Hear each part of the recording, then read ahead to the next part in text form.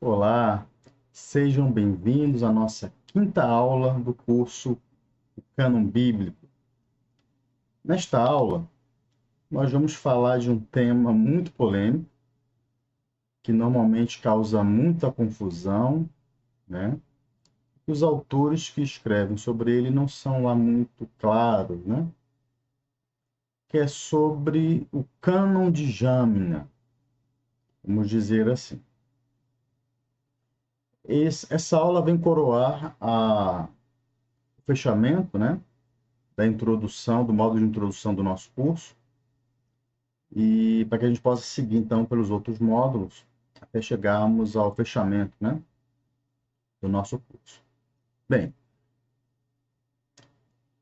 nas aulas anteriores, né, nós estudamos diversos aspectos, né, sobre as escrituras sagradas dos judeus, e constatamos que, embora já existisse, tá, uma lista de livros considerados sagrados, organizados em três partes, né, a lei, os profetas e os escritos, conforme os testemunhos do prólogo do Ben Sirac, essa lista canônica não estava fixada, né, para os judeus, certo?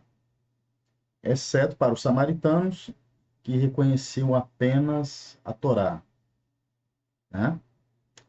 Bem, as descobertas arqueológicas do Mar Morto e Massada, nas cavernas de Querumã, onde viviam, né, os essênios, comprovaram essa perspectiva de que realmente esse cânon não estava aberto, né?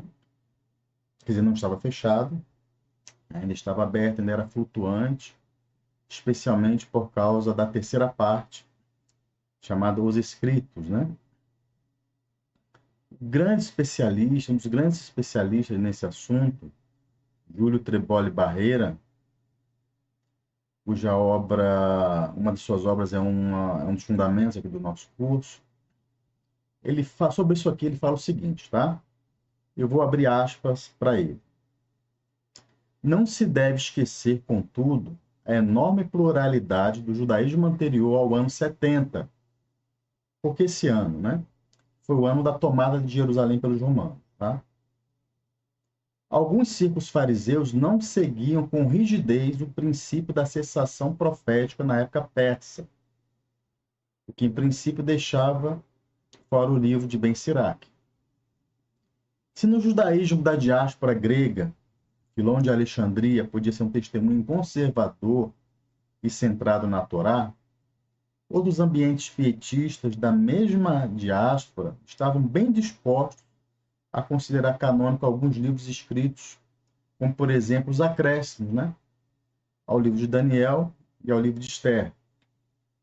Estes grupos, da mesma forma que na comunidade de Querumã, não mostraram preocupação alguma em fechar definitivamente o cânon dos livros bíblicos.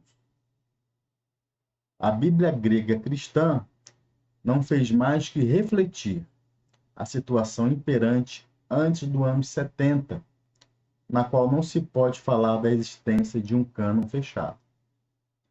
E o próprio Júlio Barreira, ele remete aqui ao final a um especialista também, que é o especialista dos especialistas, né? Que é o Sadenberg, tá?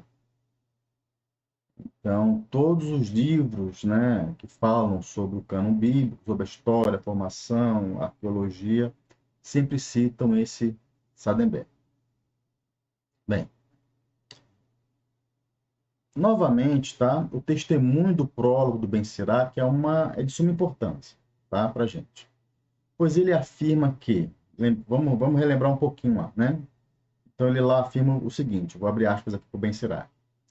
Pela lei, pelos profetas e por outros escritos que o sucederam, recebemos inúmeros ensinamentos importantes. Vejam que aqui esse prólogo refere-se a livros escritos posteriormente ao tempo de Esdras, posteriormente época persa, tá? Isso aqui é muito importante. O próprio prólogo do Ben Sirac não considera só os livros até o tempo de Esdras. Tá? Bem, então, Sobre esse ponto aqui, especificamente, né? Especialmente também, o protestante Leonardo Rost, ele afirma o seguinte, tá? Vou abrir aspas aqui para ele.